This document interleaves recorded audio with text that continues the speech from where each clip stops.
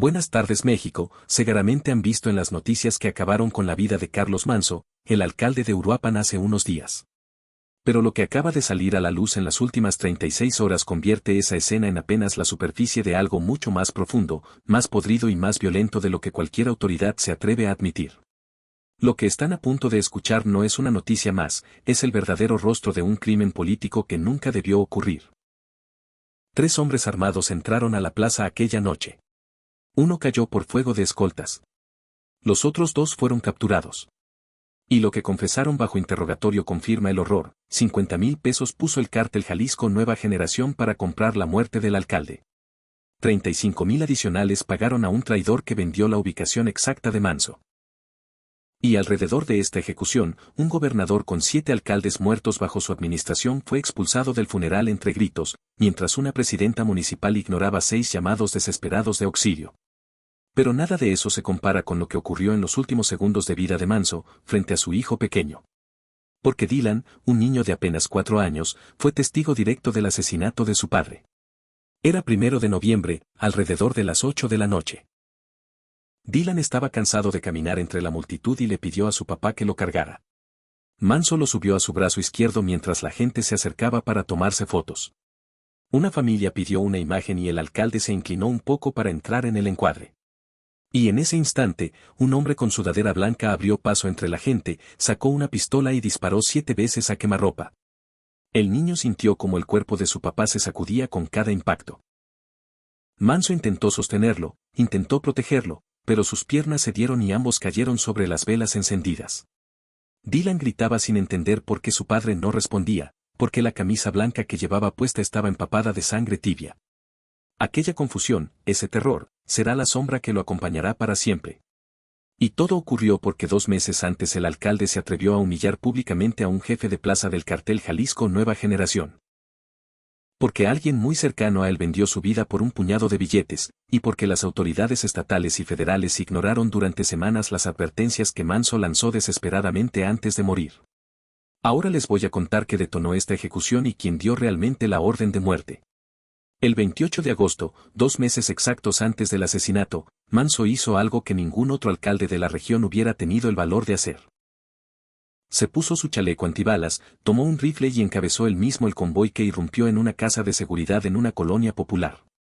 Adentro encontraron a René Belmonte, el Raino, jefe de plaza del cartel Jalisco Nueva Generación en Uruapan, responsable de extorsionar millones a los productores de aguacate y de controlar todo el tejido criminal de la región. Estaba en calzones, viendo televisión, sin imaginar lo que venía. Manso ordenó que lo sacaran así, tal cual, semidesnudo, esposado, humillado. Las cámaras de los medios estaban ahí por instrucción directa suya. Lo exhibió, lo despojó de su aura de poder. Y luego, frente a todos, miró a la cámara y lanzó un mensaje que ahora parece escrito con sangre: les pido que salgan de Uruapan. Este pueblo ya está harto. Para el cartel Jalisco Nueva Generación, esa escena fue un insulto imperdonable. No era un decomiso. No era una operación cualquiera. Era una bofetada pública a su estructura de poder.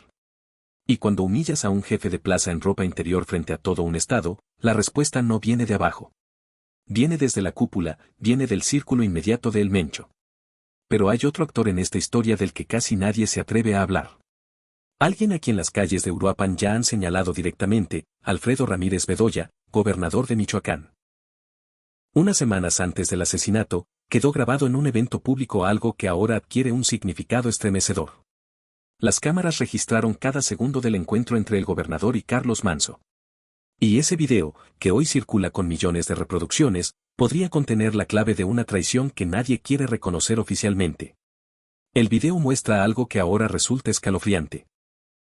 El gobernador se acerca, abraza a Manso con una sonrisa despreocupada y le dice, como si fueran viejos amigos sin problemas encima: ¿qué pasó, presidente? ¿Cómo has estado? Manso responde con un tono serio, casi rígido: aquí andamos, gobernador. Y entonces Bedoya lanza una pregunta que para miles de personas se ha convertido en símbolo de desprecio absoluto: oye, ¿y cuántos has abatido últimamente? El alcalde, visiblemente incómodo, responde con frialdad: pues varios. Ya varios hemos logrado. Pero el gobernador insiste, como si hablara de un marcador deportivo: no, pero en serio, ¿a cuántos has abatido tú personalmente?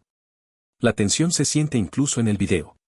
Manso intenta mantener la compostura y explica que todas las operaciones se hacen en coordinación con el ejército, que todo es institucional. Pero Bedoya se ríe, restándole importancia, como si jugara. No, no, no, presidente. Cosa sería. Ahí Manso lo corta, molesto de verdad. Por supuesto que es cosa seria, gobernador. 20 segundos. Solo 20 segundos de grabación que se convirtieron en dinamita política. Miles de personas han analizado ese fragmento una y otra vez y no ven a un gobernador preocupado, ven burla, ven desprecio, ven a un hombre que minimiza la guerra en la que su alcalde estaba atrapado. Porque mientras Bedoya bromeaba ante las cámaras, Manso vivía días de terror real, amenazas directas del cartel Jalisco Nueva Generación y advertencias.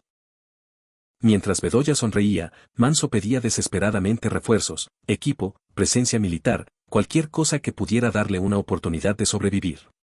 Y esa burla pública se vuelve todavía más siniestra cuando uno entiende el historial que rodea a este gobernador. Carlos Manso no fue el primero. Fue el 7º alcalde asesinado durante su administración. Una cifra que por sí sola ya es una condena. En Aguililla, Enrique Velázquez apareció torturado después de 2 días de desaparición. César Valencia fue emboscado en carretera y ejecutado dentro de su camioneta oficial. Guillermo Torres cayó bajo múltiples disparos dentro de una taquería en pleno centro de Morelia. Yolanda Sánchez fue secuestrada en Jalisco y hallada muerta meses después. Marta Laura Mendoza fue atacada frente a su casa con armas de grueso calibre. Salvador Bastida murió dentro de su vehículo blindado junto a su escolta. Y ahora Manso, asesinado frente a su hijo pequeño durante un festival familiar. Así llegó el gobernador al funeral. No a recibir respeto institucional, sino a enfrentar la furia de un pueblo entero. Cuando apareció en la puerta, la multitud explotó. Gritos, insultos, lágrimas, reproches. Asesino. Cobarde. Tú lo dejaste solo. Una mujer mayor lo enfrentó de frente, temblando de rabia y dolor, tú permitiste que lo mataran. Un hombre le lanzó flores de cempasúchil a los pies y le gritó que esas flores eran lo único que merecía. El gobernador tuvo que huir del lugar rodeado de escoltas armados, literalmente expulsado del funeral por la gente a la que debía proteger. Un repudio absoluto, una ruptura total entre autoridad y ciudadanía. Pero esta historia no termina ahí. Hay otra figura que no se puede ignorar, Claudia Sheinbaum. Carlos Manso no solo pidió ayuda estatal, pidió ayuda federal 6 veces, de forma pública, documentada, desesperada. Cada llamado fue una advertencia clarísima de que su vida estaba en peligro. La primera petición ocurrió en septiembre, justo después de la captura de El Raíno. Manso suplicó por la presencia inmediata y permanente del Ejército y la Guardia Nacional, señalando que estaban recibiendo amenazas directas y que el municipio carecía de capacidad para enfrentarlas. La segunda fue una semana después, cuando declaró código rojo y canceló las fiestas patrias tras ataques armados contra sus policías. Su mensaje fue explícito: no podemos solos. En la primera semana de octubre pidió formalmente armamento militar, incluyendo ametralladoras, para equilibrar la fuerza frente a los sicarios. El cuarto llamado llegó el 8 de octubre, apenas 24 días antes de su asesinato, cuando lanzó un comunicado dirigido directamente a la presidenta. El quinto llamado de auxilio llegó a mediados de octubre. Manso suplicó públicamente que no retiraran a los pocos elementos de Guardia Nacional que apenas habían llegado. Y el sexto, el más desgarrador, ocurrió en una entrevista semanas antes de morir. Con la voz quebrada dijo que no quería convertirse en otro alcalde más ejecutado ni permitir que sus policías siguieran engrosando estadísticas de muertos. 6 peticiones desesperadas, documentadas en video. Y la respuesta federal fue mandar únicamente 14 elementos de la Guardia Nacional para proteger a un municipio dominado por el cartel Jalisco Nueva Generación. El 1 de noviembre, mientras esos 14 elementos custodiaban supuestamente el perímetro, Manso fue asesinado con 7 disparos en el pecho. Y cuando analizamos los videos del ataque cuadro por cuadro, la falla del operativo es brutal. Los sicarios caminaron 30 minutos entre la multitud sin ser detectados. 30 minutos para posicionarse, estudiar rutas y acercarse al alcalde sin levantar sospechas. Nadie los interceptó. Nadie actuó. Cuando el ejecutor sacó la pistola y disparó 7 veces, ningún guardia estaba lo suficientemente cerca para detenerlo. El atacante incluso corrió 15 metros antes de ser abatido. ¿Qué clase de protección permite eso? Los otros 2 cómplices fueron detenidos ya tarde, cuando Manso agonizaba en el piso con su hijo gritando sobre él. Y ahí comienzan las preguntas que todo Uruapan sigue haciendo. ¿Realmente había 14 elementos protegiendo al alcalde? ¿Estaban en sus puestos? ¿Hubo información previa? Porque si la hubo y aún así no evitaron el ataque, es incompetencia. Y si no la hubo, pese a todas las amenazas conocidas, entonces es negligencia criminal. Pero lo más perturbador es otro detalle.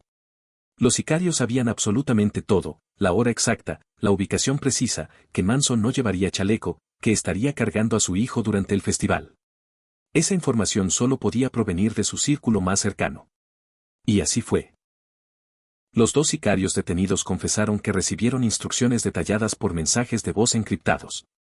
En esas órdenes se indicaba incluso la posición del alcalde, la ruta de acercamiento y la indicación final: esto viene de arriba, por la humillación. Lo que selló la traición fue un mensaje enviado 2 horas antes del ataque desde un número local: va a estar sin chaleco. Va a estar con su hijo. Ese número pertenece a alguien con acceso directo a la agenda de Manso, alguien dentro de Seguridad Pública Municipal. Y el dinero también habla: depósitos de 20,000 y 15,000 pesos hechos 3 y 2 días antes del asesinato, ambos a cuentas vinculadas a personal que trabajaba en su esquema de protección. Las cámaras de los cajeros grabaron los rostros. En 48 horas caerán detenidos. La verdad es sencilla y devastadora: la traición salió de adentro. Manso había tenido conflictos graves con elementos de seguridad local en las semanas previas a su muerte. Y esa fractura interna abrió la puerta para que el cartel Jalisco Nueva Generación comprara su ubicación exacta y ejecutara la venganza que llevaba 2 meses en marcha. Existía un video que circuló por todas partes: Manso enfrentando a un grupo de policías municipales que protestaban en el centro. Los reunió en el ayuntamiento y les exigió disciplina, que los problemas internos se resolvían ahí, no gritando en la calle.